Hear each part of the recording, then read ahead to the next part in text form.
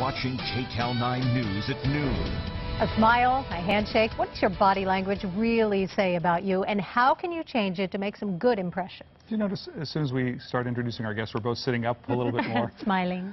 We have an expert this morning in studio this afternoon who has written a book on all of this, Dr. Kinsey Goman, here to show us what you're calling the silent language. And what does that tell you about it? Look at your perfect posture. Absolutely. How are we doing? Well, no, you're doing great. You're doing great. That's why you're here to help, right? That's right.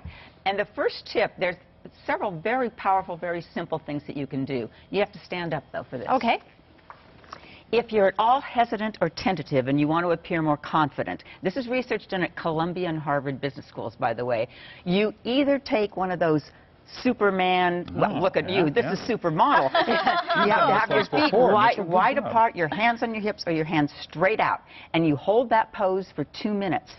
And if you do that, the testosterone level in men and women increases, you're more likely to take risks, you feel more confident, and the cortisol level, your stress level, goes down. And when you enter the room, people actually perceive you as more confident. Well, They wait a can second. feel that, huh? But do you walk in like this, do you mean? Well, or you not put your unless hands you, down? you want to, no, you hold this pose, 2 minutes.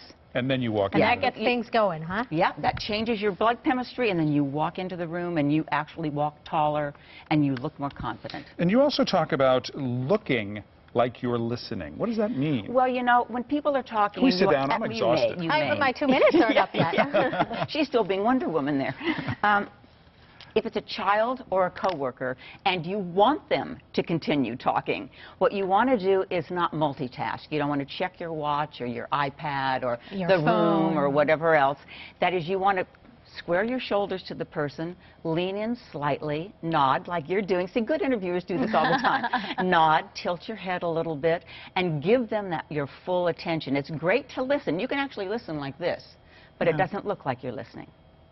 And that's why I think it makes conversations with some people a lot more interesting than with other people. You can feel that when somebody's really tuned into you. Yes, yes, and that becomes, you know, they're called great communicators, and all they've done is really listen to you. They haven't said a word. And removing barriers, an important thing to do. Yeah, particularly in a meeting. I do a lot of work with executives and managers, and when you can tell people when they are very kind of afraid or off-put, they will stack their computer in front, their purse, they will do whatever it is to wall themselves off from the rest of the group. And so if you want a collaborative meeting, if you want to encourage people, take away those barriers. I even had one executive say, I can tell how comfortable my team is with each other by how high they hold their coffee cups at break.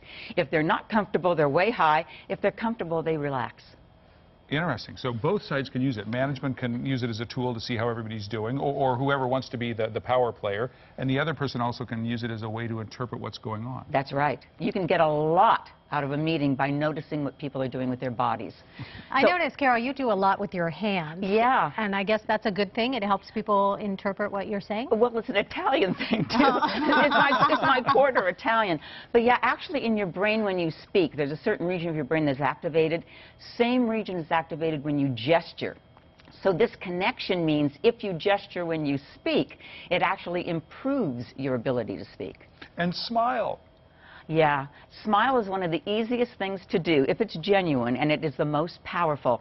It actually changes another person's brain. Just by putting your face in that smiling position, you feel better. People mimic that smile, and then they feel better. And there was research done with Olympic athletes, Russian weightlifters. And if they smiled when they went to do a lift, they could actually lift more weight. Oh, I saw that was just a grimace of lifting 400 pounds or something. It would be with me, but I guess if you're a pro, you learn how to do that. They can smile and therefore can lift more weight. Yeah, so if you're going to do anything that you figure is difficult, smile when you do it and it'll feel a little easier. We talked about talking with your hands, but you say it's also important to look at people's feet. What's that all about? Well, if you want to learn the truth, watch their feet. Feet are the farthest from the brain, and they're the least rehearsed part of the body. So if someone's nervous, they may wrap their feet around their, you know, the legs of their chair. They may have their feet fidget, or they may cross and recross. They'll also tend to point at the person or the people that they prefer, and when it's time to go, their feet will start pointing at the door. They may stay talking to you, but if they really need to go and you look down, their feet are going to be looking at the exit. Really? Yeah.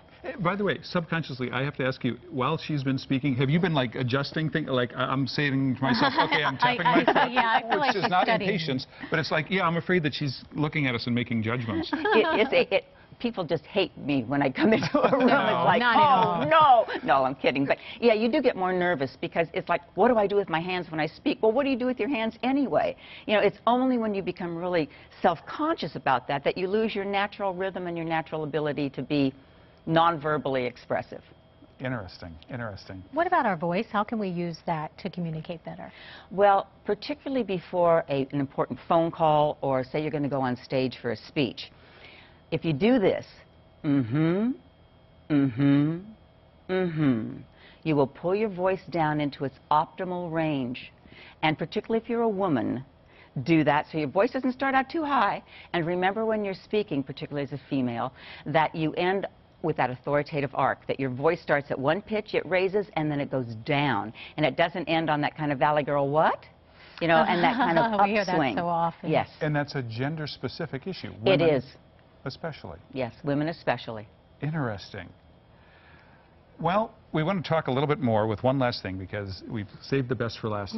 It's uncross your hands and legs. Now, I noticed that you've got your hands crossed. I do. Sandra does. You two have your legs crossed. Okay, done. Are we doing something wrong? This is what we're talking about, the arms and legs. When you are in an audience and you sit like this, what happens to your brain must be something magical because you actually turn off some of your retention ability. You retain 38% less than if you sat like this and listened to the speaker or the CEO or whomever it is that's giving a presentation.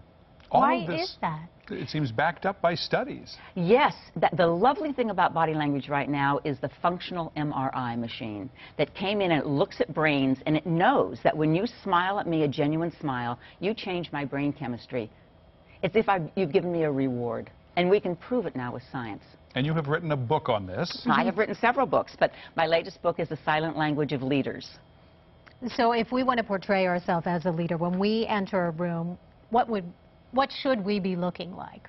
Well, you want to remember how your body felt in those power poses when you were very expansive.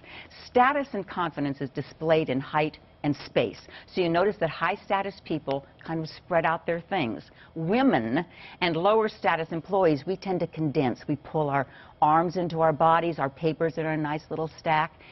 Spread things out. Take up a little more space. Sit up straight. Walk into a room as if you own the place. And people will think you do. Dr. Kinsey Goman, thank you so much. We appreciate your time. It's my pleasure. Thank you, Carol. Breaking news right now.